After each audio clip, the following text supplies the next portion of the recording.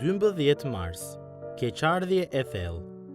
Atëherë Juda, ai që e tradhtoi, kur pa se Jezusi u dënua, ndryshoi mendje dhe u aktheu të 30 monedhat e argjentit, krye priftërinjve dhe pleqve, duke thënë: "Mëkatova duke tradhtuar gjak të pafajshëm." Dhe ai u largua dhe shkoi e u var. Mateu 27, 3 deri në 5. Çfarë ndodhi me Judën pasi ai e tradhtoi Jezusin?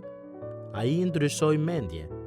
Kjo frazë është përkthyer në mënyrë të dobishme edhe si ai u pushtua nga keqardhja.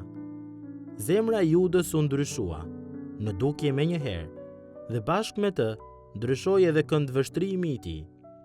Juda që shohim në kopshtin e Gjetsemanit, duke udhëhequr një tur njerëzish të armatosur për të arrestuar Jezusin me guxim dhe armiqësi të hapur, nuk është Juda që shohim këtu. Disa orë më vonë, përpara krerëve të priftërinjve dhe të pleqve, zemra e tij e ngurtësuar u zëvendësua me një frym keqardhjeje që pushtoi shpirtin e tij. Merreni parasysh përvojën e Judës për një çast, dhe le të shërbejë ajo si një kujtesë që mëkati gjithmonë ofron shpresë të rreme. Çastet para se të mëkatojmë, shpesh duken rrënjësisht të ndryshme nga ajo që pasojnë. Është po ai ndryshim rrënjësor që ndihen Adami dhe Eva pas mosbindjes së tyre në kopshtin e Edenit. Gjithçka që dinin në çastin para se të hanin frutën, gjithçka që pristin nga ai akt rebelimi, u bë pluhur në gojën e tyre. Zanafilla 3, 6 deri në 8. Në të njëjtën mënyrë, gjithçka që Judës ju duk aq tërheqëse kur e dorëzoi Jezusin tek armiqtë e tij, shpejt u kthye në një hiç për të. Kur mëkatojmë, të gjitha ndikimet magjepsëse dhe dehëse, gjithçka që na tërhoqi për të rebeluar, zhduken në një çast. Ajo që shkëlqente rezulton të jetë thjesht një mashtrim. Mbetet vetëm fakti lakuriq. Ka mëkatuar kundër një perëndie të shenjtë e të dashur. Me një keqardhje kaq të thellë, ne kemi një zgjedhje: të pendohemi dhe të pajtohemi me Perëndin, ose të dëshpërohemi dhe të dënojmë veten. Në mënyrë tragjike, Juda zgjodhi këtë të fundit.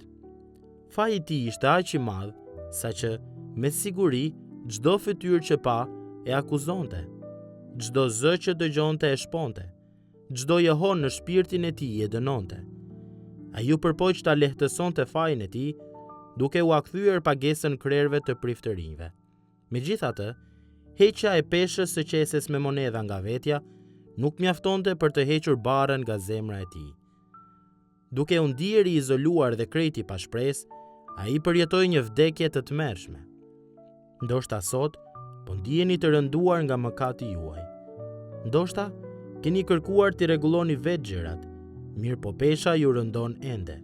Nëse po, dijeni këtë: historia e Judës nuk ka pse të jetë juaja. Ju mund të ktheheni te Krishti. Ai ofron liri dhe falje, një zgjedhje të mirë dhe një barë të lehtë. Mateu 11, 28 deri në 30. Kjo është ajo për të cilën vdiq Krishti, për të shpenguar mëkatar tradhtar si Juda. Shembulli i Judës shërben si kujtesë për ne kur mëkati na ndjell. Cilat mëkate janë veçanërisht joshëse për ju në këtë çast? Mos harroni, mënyra se si ato duken më përpara nuk është e njëjtë me ndjenjen që do të përjetoni më pas. Këtu gjejmë ndihmë për çastet e tundimit dhe shpresë për çastet e fajit. Falja e Perëndisë qëndron në pritje të keqardhjes dhe të pendimit ton.